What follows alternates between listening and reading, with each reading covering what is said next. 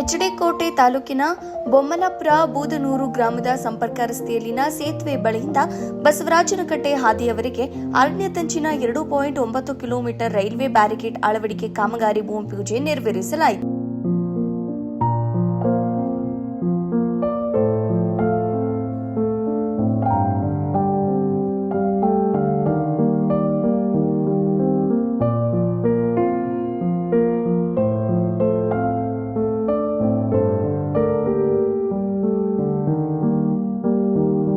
ನಂತರ ಮಾತನಾಡಿದ ಶಾಸಕ ಅನಿಲ್ ಚಿಕ್ಕಮಾದು ಅವರು, ತಾಲೂಕಿನ ಭೂ ವಿಸ್ತೀರ್ಣದಲ್ಲಿ ದೊಡ್ಡದಾಗಿದೆ, ಜೊತೆಗೆ ಹೆಚ್ಚು ಅರಣ್ಯದಂಚಿನಿಂದ ಬರುವುದರಿಂದ ಪ್ರತಿನಿತ್ಯ ಒಂದಲ್ಲ ಒಂದು ಭಾಗದಲ್ಲಿ ಕಾಡು ಪ್ರಾಣಿಗಳ ಹಾವಳಿ ಇದೆ.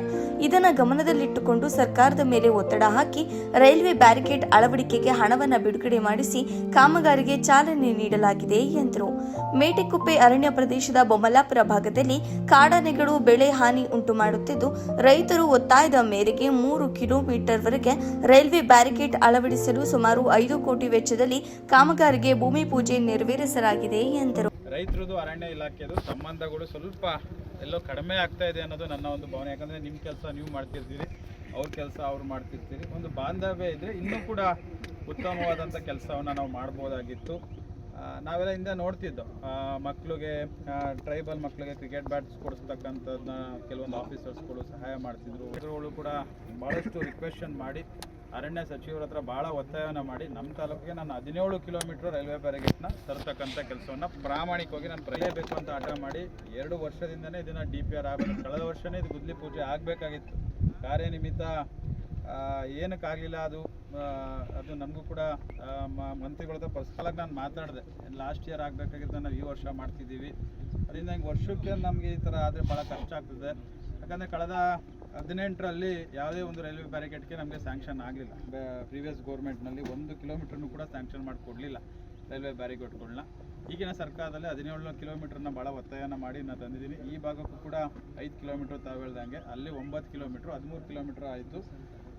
ಸರ್, ನಮಗೆ ಇವತ್ತೊಂದು ರೈಲ್ವೆ ಬ್ಯಾರಿಕೇಡ್ ವರ್ಕ್ಗೆ ಚಾಲನೆ ಕೊಟ್ಟಿದ್ದಾರೆ. ಕಾಡಂಚಿನ ಭಾಗ ಇರೋದ್ರಿಂದ ಹೆಚ್ಚಿನ ಇಲ್ಲಿನ ಗ್ರಾಮಸ್ಥರು ನಮ್ಮ ಏನು ಕಾಡಂಚಿನ ಪ್ರಾಣಿಗಳಿಂದ ಬಹಳಷ್ಟು ಕಷ್ಟಗಳನ್ನ ಅನುಭವಿಸಿದ್ದಾರೆ. ಇದಕ್ಕೊಂದು ಸ್ವಲ್ಪ ಶಾಶ್ವತ ಪರಿಹಾರ ಅಂತ ನಾನು ಹೇಳೋಕ್ಕೆ ಬರಲ್ಲ.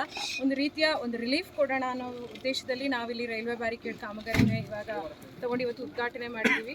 ಇವತ್ತೊಂದು 2.9 ಕಿಲೋಮೀಟರಷ್ಟು ಏನು ನಾವು ಇವತ್ತು ಟೆಂಡರ್ ಕರೆದು ಅದಕ್ಕೆ ಇವತ್ತೊಂದು ಚಾಲನೆ ಕೊಟ್ಟಿದ್ದಾರೆ ಸಾಹೇಬರು.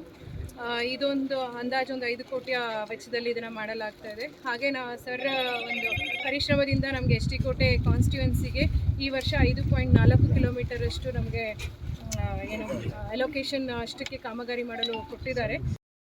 ನಾವು ಸುಮಾರು 1 ವರ್ಷದಿಂದ ಒತ್ತಾಯ ಮಾಡ್ತಾ ಇದ್ದೋ.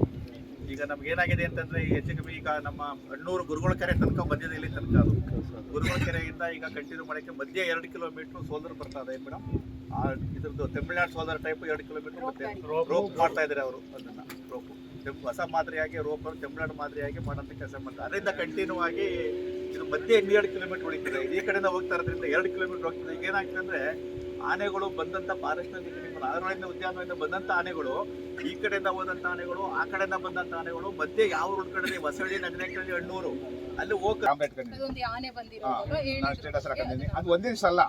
ಇಲ್ಲಿ ಏನಾಗಿದೆ ಮೇಡಮ್ ಅಂದ್ರೆ ನಮ್ಮೂರ ಪರಿಸ್ಥಿತಿ ಹೇಳ್ತೀನಿ, ಬೇರೆ ನಮ್ಮನೆ ಹೇಳ್ತೀನಿ. ನಮ್ಮೂರಲ್ಲಿ ಏನಾಗಿದೆ ಪರಿಸ್ಥಿತಿ ಅಂದ್ರೆ ಅಲ್ಲಿ ಸೈಟ್ ನಮ್ಮೆಲ್ಲ ಬರೋ ಚಿಕ್ಕವು. ನಮ್ಮ ತಂದೆಗೆ 4 ಜನ ಮಕ್ಕಳು.